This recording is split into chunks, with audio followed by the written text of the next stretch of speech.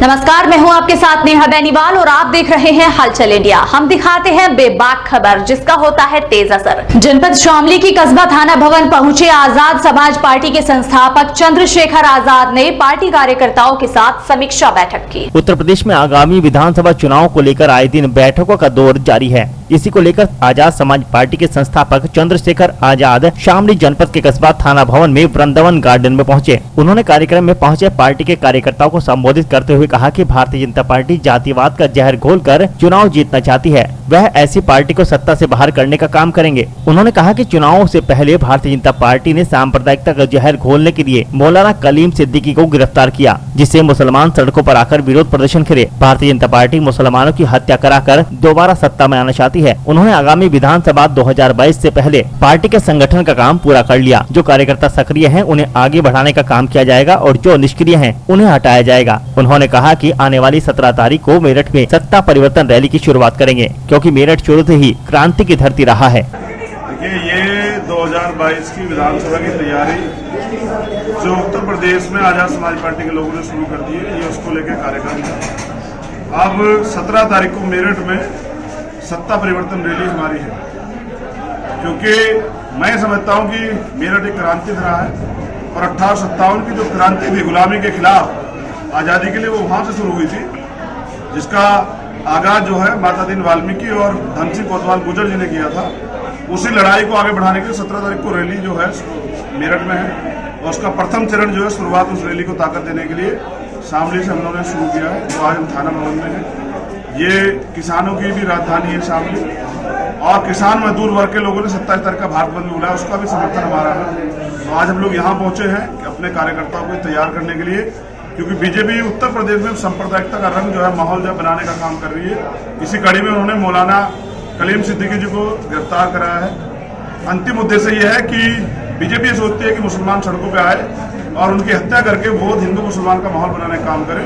तो जो दलित समाज के लोग हैं, पिछड़े वर्ग के लोग हैं, माइनॉरिटी के लोग हैं, उनको हम ये तैयार कर रहे हैं कि पिछली बार दंगा हुआ, हमारा इतना बड़ा नुकसान हुआ और आज उत्तर प्रदेश जो है जंगल प्रदेश बन गया भारतीय जनता पार्टी के राज में। तो उससे मुक्ति पाने के लिए इस बार भाईचारे को टूटने नहीं देना है। तो किसान, मजदूर, दलित, अगड़ा, पिछड़ा तमाम लोगों के जो बहुजन समाज के लोग हैं उनमें भाईचारा बने और बहुजन समाज के लोगों को राजनीतिक ताकत मिले, इसलिए आंदोलन और ये आज की रैली का प्रोग्राम था। आगामी विधानसभा चुनाव आ रहे हैं, उनको लेकर क्या रणनीति आजाद समाज पार्टी की तरफ से बनाई गई है? गठबंधन को लेकर समाज पार्टी जनता से गठबंधन करके और विधानसभा स्तर पे जो ब्लॉक कमेटी या बूथ कमेटी काम कंप्लीट कर चुकी है, अब उनको दोबारा से उनको चेकिंग पे रखा गया है। जो लोग सक्रिय लोग हैं उनको और ज्यादा जो है काम करने के लिए प्रेरित किया जा रहा है और जो लोग निष्क्रिय उनको हटाया जा रहा है। इस महीने के अंत तक हमारी कमेटियों का काम पूरा हो जाएगा और फिर हम लोग प्रत्याशियों की घोषणा करेंगे। शामली के थाना भवन कस्बे के चरथावल तिराहे पर भारतीय किसान यूनियन व राष्ट्रीय लोकदल ने मिलकर चक्का जाम करते हुए कृषि कानूनों को वापस लिए जाने की मांग की। संयुक्त किसान मोर्चा के बैनर तले भारतीय किसान यूनियन के आह्वान पर भारतीय किसान यूनियन के सैकड़ों कार्यकर्ताओं ने शामली के थाना भवन चरथावल तिराहे पर चक्का जाम करते हुए धरना प्रदर्शन किया। आसपास के क्षेत्र से सैकड़ों लोग इस धरने प्रदर्शन में शामिल हुए। धरना सुबह 11 बजे से शुरू होकर शाम 4 बजे तक चला। इस दौरान दिल्ली सहारनपुर नेशनल हाईवे मार्ग पर किसानों ने अपने ट्रैक्टर ट्रॉली खड़े कर दोनों तरफ सड़क को जाम कर दिया। धरने के दौरान किसानों ने कृषि कानून वापस लिए जाने की मांग की और न्यूनतम समर्थन मूल्य पर गारंटी कानून बनाए जाने की मांग की गई। इस दौरान बड़ी बिजली दरों को वापस किए जाने, गन्ने का पूर्ण भुगतान जल्द किए जाने और राज्य सरकार द्वारा गन्ने की कीमत में की गई वृद्धि को नाकाफी बताते हुए गन्ने का मूल्य 400 रुपए प्रति कुंतल करने की मांग की गई और सरकार विरोधी नारेबाजी की गई। संयुक्त किसान मोर्चा के बैनर तले किसानों के धरने में समाजवादी पार्टी के जिला अध्यक्ष अशोक चौधरी, सपा नेता प्रोफेसर सुधीर पवार भी पहुंचे, जहां उन्होंने किसानों को अपना समर्थन दिया। धरने के दौरान सड़क पर चक्का जाम होने से एम्बुलेंस व बारात में जाने वाली गाड़ियों को भी जाम में फंसा देखा गया। वहीं धरना प्रदर्शन के समय आने वाले सभी लोगों को घंटों तक जाम में फंसकर इंतजार करना पड़ा। हालांकि पुलिस ने कई जगह से रूट डायवर्जन भी किया था। तो मेन मुद्दा तो है जो 10 महीने से किसान आज पूरी तरीके से सड़कों पे है। भारत सरकार जो ये काले कानून 3 कृषि कानून किसान के हक में लाई थी, ये किसान के हक में ही नहीं है तो किसान का नाश है। उसके खिलाफ आज पूरे देश में 10 महीने बीतने के बाद राष्ट्रीय व्यापी किसान मोर्चा के आह्वान पर पूरा देश में चक्का जाम है। क्या मुद्दे हैं आपके? मुद्दे तो देखो, एक तो ये है कि 3 कानून जो हैं ये किसान के हक में बोलती है जिन्हें सरकार, एक तो वापस हो जाए। और खास तौर से यूपी का जो हमारा वो है मुद्दा, एक तो मुद्दा है हमारा बिजली। जो बिजली की इन्होंने रेट इतने बढ़ा दिए, बराबर में हरियाणा है, पंजाब है, वहाँ किसान को बिजली किस रेट पे दी जाती है? वहाँ के किसान की फसलों के रेट क्या है? तो यहाँ की प्रदेश सरकार से भी हमारी यही मांगे हैं, ज्ञापन के माध्यम से बिजली की बड़ी रेट कम करें, और जो गन्ने का इन्होंने मूल्य बढ़ाया है 25 रुपये, वो बिल्कुल एक किसान के साथ में एक तरीके से छल है, खिलवाड़ है। उसमें कम से कम 450 रुपये की भारतीय किसान यूनियन मांग करती है, इतना गन्ने का रेट। किस टाइम तक चक्का जाम रहेगा किसान यूनियन के द्वारा? 4 बजे तक है। ज्ञापन दिया आपने? ज्ञापन देंगे। किसको दोगे ज्ञापन? जो भी सक्षम अधिकारी, जो भी यहाँ मौजूद होगा, जो भी आएगा ज्ञापन को उसको दिया जाएगा। भाजपा सरकार तो एक तरफ कह रही है कि किसानों की आय दुगनी कर रही है। 3 महीने बीच में है, हम भी देख लेंगे 2022 लगने को जा रहा। जब इन पे आप ये तो बताओ, 325 का रेट था, 25 रुपये बढ़ा के दुगने हो जाएगी क्या ये? 25 रुपये बढ़ा के तो 25 पैसे किलो के हिसाब से इन्होंने रेट बढ़ाया है, जबकि 700 रुपये करते रेट। तब तो विश्वास सा होता, अब भाई चलो इन्होंने शुरुआत करी, 350 रुपये, 300 उसका 25 का रेट था, अब इन्होंने 650 रेट कर दिया। गन्ने का रेट दुगना मिल गया किसान को।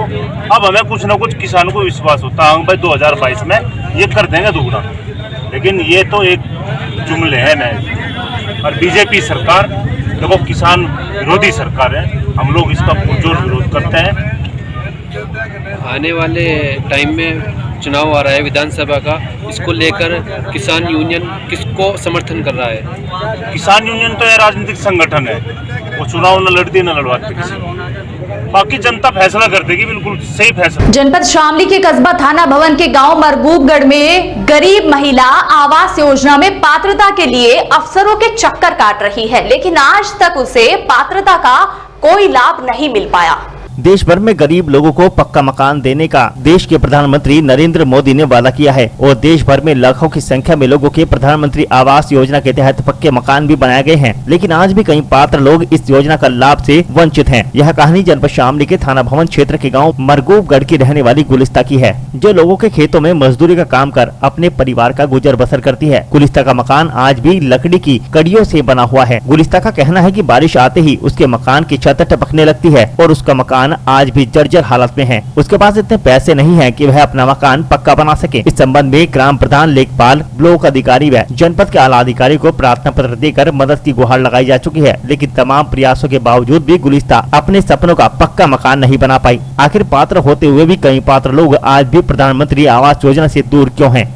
कच्ची छत है, जब भी बारिश आ जब भी टपकने लग जा, प्रधानों के पास जा ली, पर सेक्रेटरी के दौरा जा ली, क्या नाम लिख रहा जी, अपना मजदूरी करके अपना गुजारा चला रही।